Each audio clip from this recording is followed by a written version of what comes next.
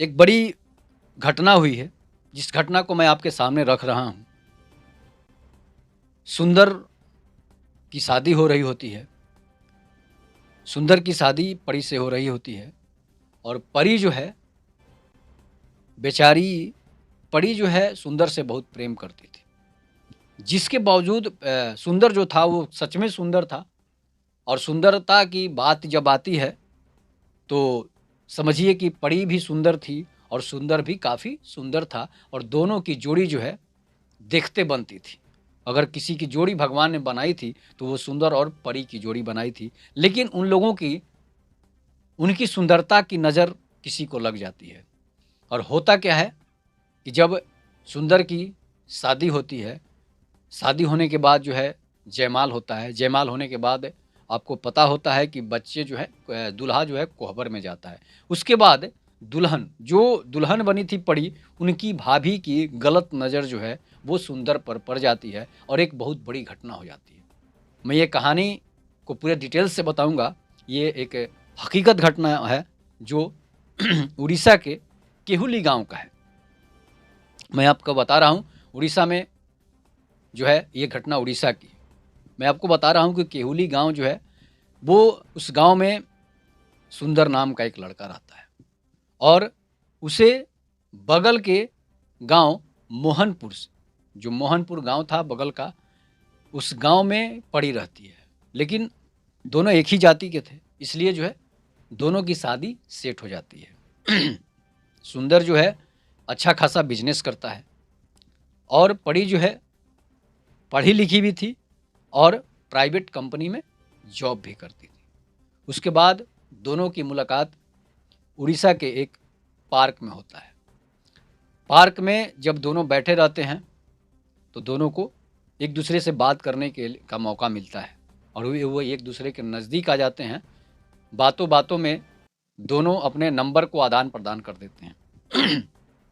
इसके बाद आदान प्रदान करने के बाद अब दोनों की बातचीत भी बढ़ जाती है। बातचीत बढ़ते बढ़ते दोनों को फिर से एक दूसरे से मिलन होता है। कभी पार्क में, कभी स्कूल में, कभी कॉलेज में, कभी स्टेशन पर, अलग अलग जगहों पर ये लोग मिलना चालू कर देते हैं। उसके बाद ये दोनों एक दिन समुद्र के किनारे, उड़ीसा में समुद्र के किनारे बैठकर आराम फरमा रहे थे। अपने प्यार की पींगे जो है वो बढ़ा रहे थे। इसके बाद दोनों इतने प्यार में रम जाते हैं, इतने प्यार में रम जाते हैं कि समुद्र के किनारे जो है, जहाँ पर कोई नहीं था और दोनों की प्रेम संबंध इतना बढ़ जाता है कि दोनों एक दूसरे के आगोश में समा जाते हैं। समाने के बाद जो है एक दूसरे में समा जाते हैं। इसके बाद उनके साथ जो घटना होती है, जो सब लोग करते हैं, वही घटना परी और सुंदर के साथ हो जाती है। उसके बाद दोनों घर आते हैं। जब घर आते हैं तो 2 महीने के बाद पता चलता है कि परी जो है वो प्रेग्नेंट हो गई है। अब सुंदर जो है वो अपना बिजनेस संभालने में व्यस्त होता है। बातचीत भी रात-रात को वो दोनों लोग करते हैं। तो एक दिन परी बताती है कि सुंदर, मैं जो है प्रेग्नेंट हो गई हूँ, इसलिए तुम अब जल्दी से जल्दी हमसे शादी कर लो, इसलिए कि एबॉर्शन कराना नहीं चाहती हूँ। नहीं तो ये हम पर हत्या का पाप लग जाएगा। उसके बाद होता क्या है कि सुंदर जो शादी के लिए राज़ी हो जाता है और शादी के लिए जब राज़ी हो जाता है, तो उसकी शादी की दिन रख दी जाती है और दोनों की शादी का समय भी आ जाता है। इसलिए कि सुंदर एक अच्छा इंसान था, परी भी अच्छी लड़की थी, जिससे उससे प्रेम हुआ था, वो लड़का भी अच्छा था और दोनों के घर वाले शादी के लिए राज़ी हो जाते हैं और शादी के दिन भी समय नज़दीक आ जाता है। समय नज़दीक आने के बाद जो है, अब केहुली गाँव से बारात जो है मोहनपुर के लिए चलती है, इसलिए कि परी मोहनपुर की थी और सुंदर जो था वो केहुली गाँव का था। उसके बाद होता क्या है कि बारात जो है वहाँ जाती है, मोहनपुर बारात जाती है। बारात में काफ़ी डांस डीजे बजता है। जिस तरह से बाराती लोग जाते हैं, उस तरह से बाराती वहाँ पहुँचती है। नाच गाना भोजन सभी चीज़ होता है। इसके बाद जयमाल होती है, जयमाल की रस्म अदायगी की जाती है। उसके बाद जयमाल होने के बाद बाराती जो है जरमासे में लौट जाते हैं और लड़का जो सबके साथ आ जाते हैं। उसके बाद आता है जो हम लोग कहते हैं हिंदी में गुरहती होता है। उसके बाद गुरहती होता है। लड़का को जब शादी के लिए भेजा जाता है, तो लड़का जो है शादी के लिए मंडप में चला जाता है। उसके बाद सभी रस्में पूरी हो जाती है, सिंदूर भी परी के मांग में पड़ जाती है और सभी लोग खुशी से गीत गा रहे होते हैं। इस बीच लड़का जो है कोहबर में चला जाता है और लड़की को भी कोहबर में बुलाने के लिए तैयार किया जाता है। तब तक होता क्या है, एक बड़ी घटना हो जाती है। परी की जो भाभी थी वो काफ़ी सुंदर थी और नौजवान थी, खूबसूरत थी। तो सुंदर की नज़र परी की भाभी पर पड़ता है। वो बेचारा उसको देखकर दीवाना हो जाता है। जब दीवाना हो जाता है तो परी की जो भाभी थी वो भी सुंदर का दीवाना हो जाती है। इसके बाद परी की भाभी जो है बोलती है, ये एक अच्छा सा मौका है, इस मौके का फ़ायदा उठा लिया जाए।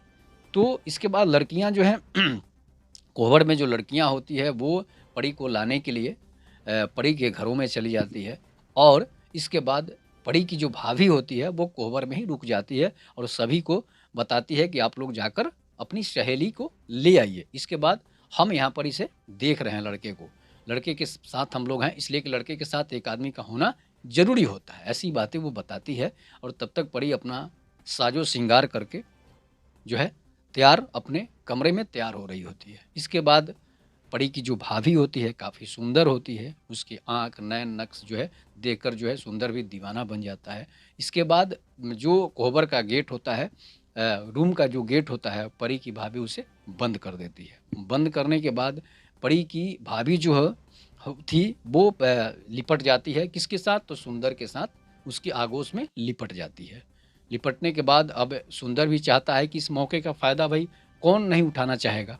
हालाँकि ऐसी घटना नहीं होनी चाहिए थी, लेकिन जिस तरह से दोनों एक दूसरे के आगोश में समा जाते हैं, एक दूसरे की को आलिंगन करने लगते हैं। अब परी की सहेलियाँ आती है और गेट का दरवाज़ा पीटने लगती है। भाई गेट बंद कैसे हो गया? ये गेट तो बंद नहीं होना चाहिए।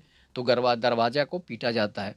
तब तक होता क्या है कि दोनों एक दूसरे में समा गए होते हैं और एक दूसरे में इस तरह से समा गए होते हैं कि उन दोनों को पता भी नहीं चलता है कि ये दूल्हा है, शादी के लिए आया हुआ है और भाभी को पता नहीं चलता है कि हमारे घर मेहमान आया हुआ है, हमारे घर दूल्हा बन के सुंदर आए हैं और हम उनके साथ कौन-सा कुकर्म कर रहे हैं।